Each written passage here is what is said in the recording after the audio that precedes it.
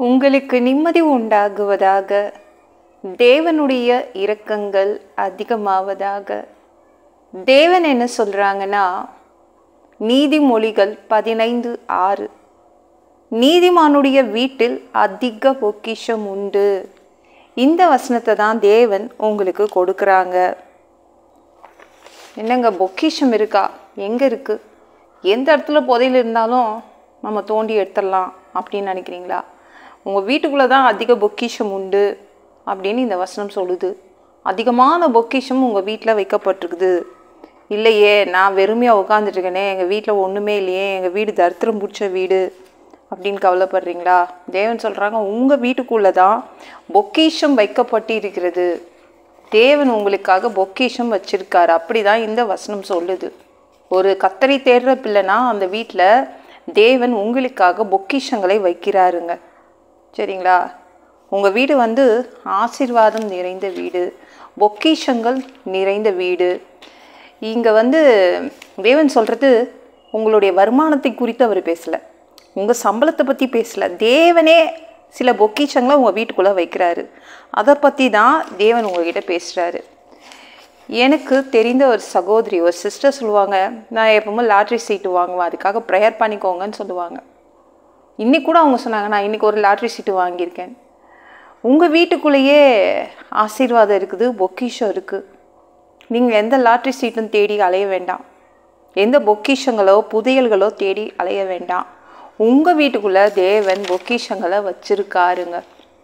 சரிங்களா? அதை நம்புங்க. நம்ம ஒரு ஏழை விதவை பெண், அவள் கூட நினச்சா, அவங்க அது மேலே ஊழியக்காரர் தான், அவள் நினச்சா நம்ம வீட்டில் தரித்திரம் இருக்குது.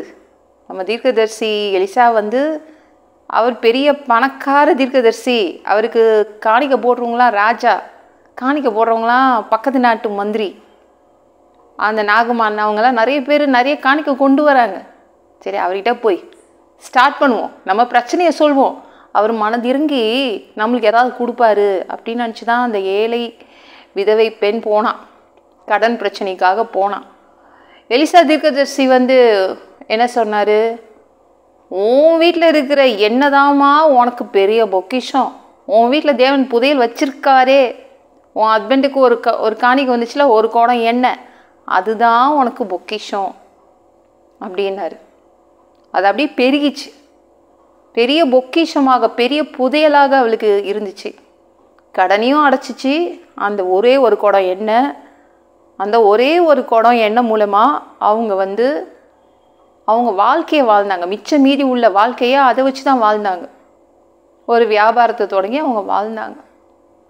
நீங்கள் எங்கேயும் புதையல் தேடியோ லாட்ரி சீட்டு வாங்கியோ எங்கேயும் அலைய வேண்டாம்.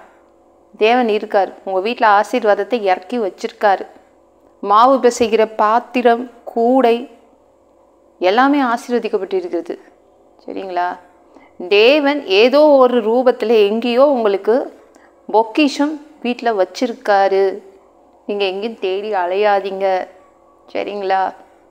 உங்களுக்கு கரெக்டான டைமில் தேவன் அதை பெருக வைப்பார். உங்கள் கண்ணு முன்னாடி அதை நிறுத்துவார். சரிங்களா?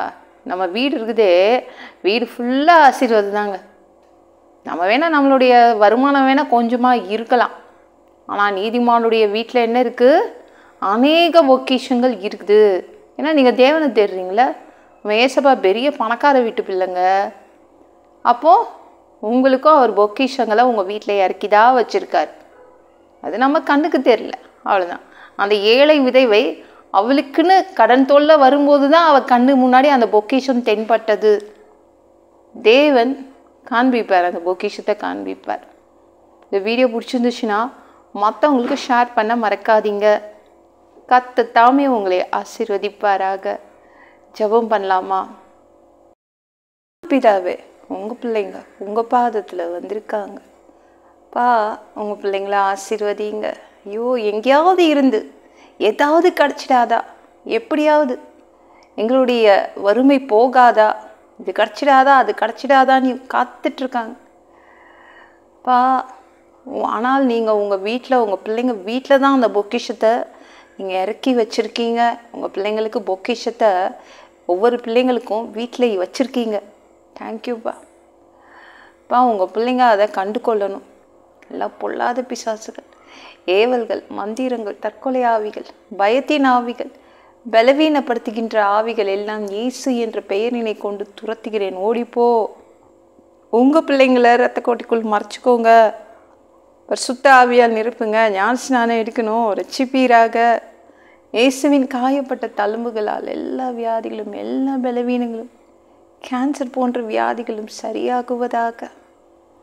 பா மனிதனாக பிறந்தா ஜீவ புஸ்தகத்தில் எங்கள் பேர் எழுதியிருக்கணும். அப்படி எழுதலைன்னா அந்த நபரை பிடிச்சி நீங்கள் நரகத்தில் தள்ளிடுவீங்க. பா எங்களை அங்கே தள்ளிடாதீங்கப்பா ப்ளீஸ்ப்பா. தீ எரிக்கிற இடத்துல எப்படி வாழ முடியும்? வேண்டாம்ப்பா. பரலோகத்துக்கு அனுப்புங்கப்பா. எங்கள் பாவங்களை நல்லா கழுவி எங்களை பரலோகத்துக்கு அனுப்புங்கப்பா. அடித்து உதச்சி திருத்தி எங்களை பரலோகத்துக்கு அனுப்புங்கப்பா. அதற்காக தான் உங்களை வணங்குறோம். நித்திய ஜீவனுக்காக தான் நாங்கள் உங்களை வணங்கிட்டுருக்கோம்ப்பா. சாமி, எந்த ஒரு நொடி நீங்கள் வருவீங்கன்னு இயேசுவை வணங்கி வணங்கி காத்துட்ருக்கோம். அந்த ஒரு நொடி உமக்கு ஒப்பான ஒரு உடம்பு கிடைக்கும். அதை பெற்றுக்கொண்டு தேவதூதர் மாதிரி பறந்து உங்களை பார்க்க, உங்களை சந்திக்க மதியம் வானத்துக்கு வருவோம்பா. அங்கே உங்களை சந்திப்போம். அந்த தருணம் நாங்கள் இழந்துடக்கூடாதுப்பா. பா மனிதர்கள் பரிசுத்தமாக வாழ்கிறது மிக மிக கடினம். உதவி செய்யுங்க. பரிசுத்தமாக வச்சுக்கோங்க. 7 வருடம் அந்த பிசாசு செய்கிற ஆட்சியில் எங்களை விட்டுட்டு போயிடாதீங்க. அந்த கிறிஸ்து ஆட்சியில் எங்களை விட்டுட்டு போயிடாதீங்கப்பா. பா நன்றியப்பா. 3வது தடவை கூட இந்த பூமிக்கு வருவீங்க. இந்த பூமியின் சொந்தக்காரராக, ஓனராக வருவீங்க. 1000 வருடம் இந்த பூமியில் தங்குவீங்க, ஆட்சி செய்வீங்க. பா அந்த டைம் கூட எங்களை கூப்பிட்டுக்கோங்கப்பா. எல்லாவற்றையும் ஒப்பு கொடுக்குறேன். இயேசு மூலம் ஜெபம் கேளும் பிதாவே. ஆமென்.